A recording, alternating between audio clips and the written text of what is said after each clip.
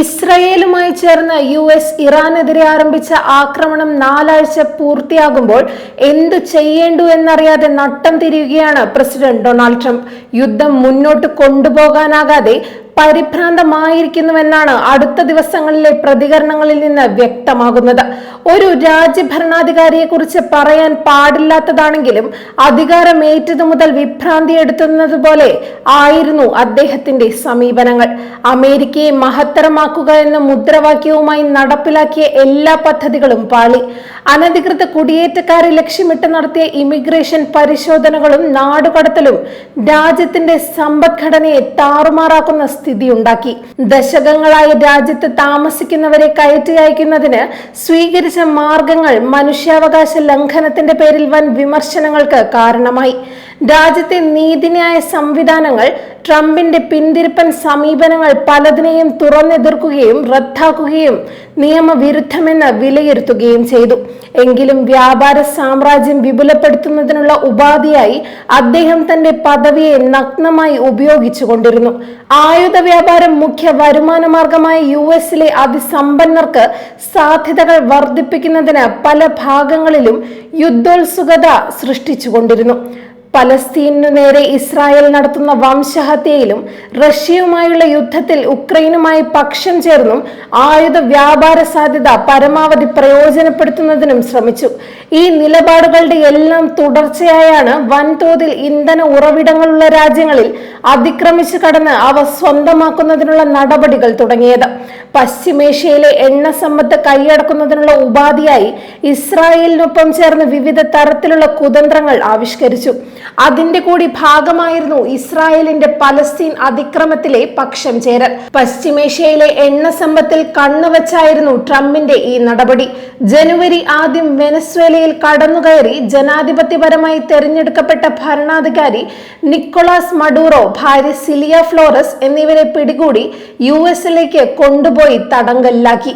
ഇതിനു പിന്നിലും വെനസ്വേലയിൽ നിലവിലുള്ള സമ്പന്നമായ ഇന്ധനശേഖരവും പ്രകൃതി വിഭവങ്ങളുടെ കലവറയും തന്നെയായിരുന്നു. 3 മാസം ആകാറായിട്ടും മഡൂറോയ്ക്കെതിരായ കുറ്റമെന്തെന്ന് ലോകത്തെ ബോധ്യപ്പെടുത്താൻ ട്രംപിനും US-നും സാധിച്ചിട്ടില്ല. മഡൂറോയെ പിടികൂടിയ ഉടൻ ട്രംപ് മുന്നോട്ട് വെച്ച ഉപാധി അവിടെയുള്ള എണ്ണയുടെ ഉടമസ്ഥാവകാശം നൽകണമെന്നതായിരുന്നു. അക്കാര്യത്തിൽ വ്യക്തമായ ഉറപ്പ് വാങ്ങാനാകാതെ വെനസ്വേലയുടെ കാര്യത്തിൽ ത്രിശങ്കുവിലായിരിക്കെയാണ് ഈ മാസം ആദ്യം ഇസ്രായേലുമായി ചേർന്ന് ഇറാനെതിരായ ആക്രമണം ആരംഭിച്ചത്. ഇവിടെയും സ്ഥിതി വ്യത്യസ്തമല്ലെന്ന് മാത്രമല്ല, ഊരാക്കുടുക്കിൽപ്പെട്ട അവസ്ഥയിലായിരിക്കുകയുമാണ്. തങ്ങൾക്കു നേരെ നടത്തിയ ആക്രമണത്തെ US-ന്റെ സൈനിക താവളങ്ങൾക്കും ആയുധ സംഭരണശാലകൾക്കും നേരെ മിസൈൽ വർഷവും ഡ്രോൺ ആക്രമണവും നടത്തിയാണ് ഇറാൻ നേരിട്ടത്.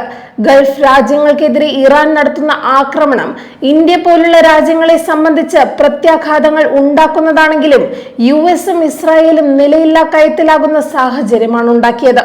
ട്രംപ് വിചാരിച്ചതുപോലെ ഇറാനെ കീഴടക്കാനായില്ലെന്ന് മാത്രമല്ല, US-ന് പരാജയം ഉണ്ടാകുന്നുവെന്ന പ്രതീതി ഉണ്ടാക്കാനും ഇറാന് സാധ്യമായെന്നാണ് ഇപ്പോഴത്തെ സ്ഥിതി.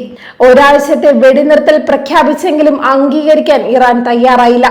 സമാധാന ചർച്ചകൾ നടക്കുന്നുവെന്ന് ട്രംപ് പറഞ്ഞപ്പോൾ അങ്ങനെയൊന്നില്ലെന്ന് വ്യക്തമാക്കിയ ഇറാൻ ഇസ്രായേലിന്റെ ആക്രമണങ്ങൾക്ക് പ്രത്യാക്രമണം തുടരുകയും ചെയ്യുകയാണ്. യുദ്ധം അവസാനിപ്പിക്കണമെങ്കിൽ വ്യക്തമായ ധാരണയുണ്ടാകണമെന്നുള്ള ശക്തമായ നിലപാടുമായി ഇറാൻ ഉറച്ചു നിൽക്കുകയുമാണ്. തങ്ങൾ തീരുമാനിച്ചാൽ മാത്രമേ യുദ്ധം അവസാനിക്കൂ എന്നാണ് മുതിർന്ന ഇറാൻ ഉദ്യോഗസ്ഥർ അറിയിച്ചിരിക്കുന്നത്. ഇതിനായി 5 ഉപാധികളും അവർ മുൻവച്ചിട്ടുണ്ട്. US-ന്റെയും ഇസ്രായേലിന്റെയും ആക്രമണങ്ങളും മനുഷ്യഹത്യകളും പൂർണ്ണമായും അവസാനിപ്പിക്കണം. ഇസ്ലാമിക് റിപ്പബ്ലിക്കിനെതിരെ ഭാവിയിൽ സൈനിക നടപടി ഉണ്ടാകരുത്. യുദ്ധം മൂലമുണ്ടായ നാശനഷ്ടങ്ങൾക്ക് മതിയായ നഷ്ടപരിഹാരം നൽകണം.